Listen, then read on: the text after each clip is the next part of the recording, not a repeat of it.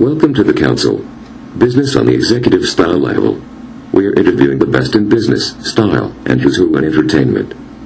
Stay tuned to the Council. We interview Mr. Gerald Johnson of Alabama Power on the Council. Listen to his interview. And I'm with Alabama Power Company, and I am the vice president of what we call Birmingham Division. That's the largest division in our company, and it has about a little over 500,000 customers, and of course our company has about 1.3. Okay. Mr. Johnson, I understand you come from an HBCU school. What are actually your motivational tips, a young aspiring man or woman that's maybe say, you know what, I'm trying to step into the corporate level? What type of advice would you give him or her that's trying to get into that corporate ladder?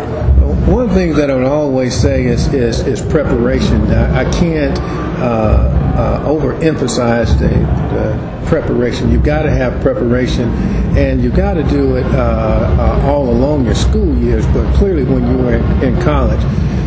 Part of that preparation, I find that in most folks that's coming out of the school, they really haven't looked into the corporate arena. They get into their senior year, and then all of a sudden they say, I want to go into the corporate arena.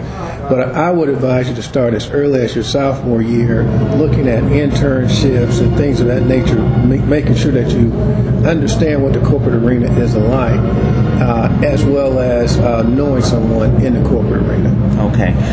From time to time, from the 70s to 80s to 90s to 2000, a lot of things have changed since the African Americans stepping into different political roles, such as maybe VP as yourself, like that. Right. In these days, some young men and women feel like, you know what, okay, I studied hard, I've done this and everything else like that. Why I can't be a CEO, or why can't I step into the arena like you?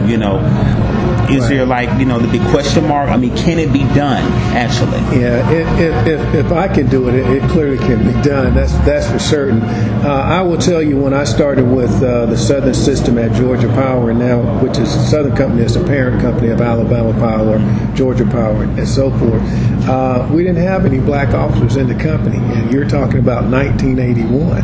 And so now we do. We have several, and I see it as a moral obligation for me to make sure that I'm helping a lot of folks come through. And I spend an enormous amount of time because I don't want people to make mistakes that I did in the corporate arena. Some of the things that happen in the corporate arena, you just don't have anybody that look like you or us to talk to, and that's what we had. So when I was coming up, we were talking to each other, trying to figure out what was going on. So for me, when I say a moral obligation, not because I'm a vice president of the company, that's more of a duty when you start looking at the officer, but I see it's a moral obligation to make sure that people don't go through the same thing that I had to go through. And I spend an enormous amount of time so folks don't make the mistakes, so they can do it in half the time it's taking me to do it. That's good, Mr. Johnson. I know you guys are the title sponsor of the SIC basketball tournament. Right. Tell me more about Alabama Power. I know you guys are, I think, located in Birmingham. Is that correct? Yeah.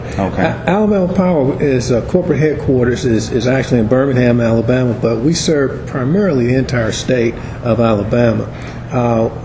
Part of what we believe in is being a corporate citizen, and we have right at 6,800 employees, and we expect them to be part of every community that they live in, every area, aspect of that community, not just in sports, but in church and business and those things like that. We have a lot of employees that have come from HBCU, and as I told you before, it's a moral obligation for me to make sure that when I have an opportunity, that I can make sure that we support HBCUs just like we support Auburn, Alabama, or anybody else. Being part of that means the complete arena, not just certain schools. So as long as I'm there, we're going to make sure that we do that. Okay, so it's more diversity, more of everything else like that. Clearly. A lot of companies in different areas of the state of the world do not believe in diversity. What do you think about companies like? Do you think companies like that will last long, or do you think maybe if there was always saying, if I maybe get an African American woman or African American man, I am diverse. I think a lot of people really get diverse really mixed up with color. Do you think so? Yeah, I think that's a lot. Diversity, and I think corporations, when it started out, they did not define what it actually meant. So what happened is that it left up for the individuals in that corporation to define it. And a lot of people put diversity, affirmative action, integration, all of that in one bucket. Diversity is much more. We can all be the same color, we can all be the same gender, and still be diverse, because I'm from North Carolina, you could be from Texas, and still bring diversity. So every business model that we have seen says that better companies are going to survive because of diversity, not because of the lack of it. So every business model, and it's a business imperative to do it. If you're going to succeed in this arena, you got to have diversity in the corporate culture. And I want to say that I'm proud that we work for such a company. Our president and CEO firmly believes in it. Charles McQuarrie, he firmly believes in that. So that makes it a lot easier when you got someone from the top, because you can't push that from the bottom. All right.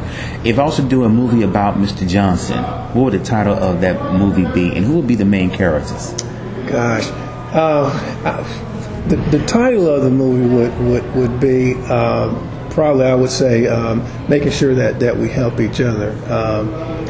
From a main character standpoint, I would like to say all the folks that I've helped in my life, I hope that they could stand up and say, if we're talking about my funeral or something like that, I would clearly want them to say that I always took time, wherever I was, with whomever it was, to sit down and whatever they asked of me. One of the things that I said when I was coming up in the ranks was that if I ever got there, and I guess I'm as close as there's going to get, that I would make sure that I always spend time with our folks that's on the front line and our customers.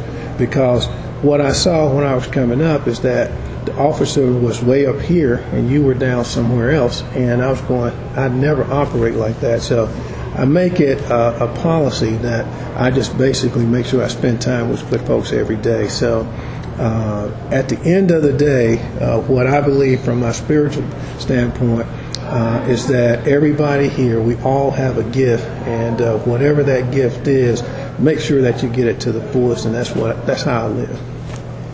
Tracy Doherty of First Fridays in Huntsville, Alabama, gives us tips for business and the keys to success. The things that I would tell young entrepreneurs that are looking to get into the business world is to listen to people that have already been there. Listen to the people that's made the mistakes so you don't make the same mistakes again. Work hard at it, get investors, and keep your idea, and don't let it fall by the wayside. The council interview is sponsored by... But Rhonda wanted her garden to look just as good. Not just as good, better, okay? Now join the Home Depot Garden Club for free and get advice from our gardening experts, valuable information on plants, products, and more, and special savings. Just visit HomeDepotGardenClub.com. Now the Joneses will have to keep up with me. Show it off, Rhonda. The Home Depot. You can do it. We can help.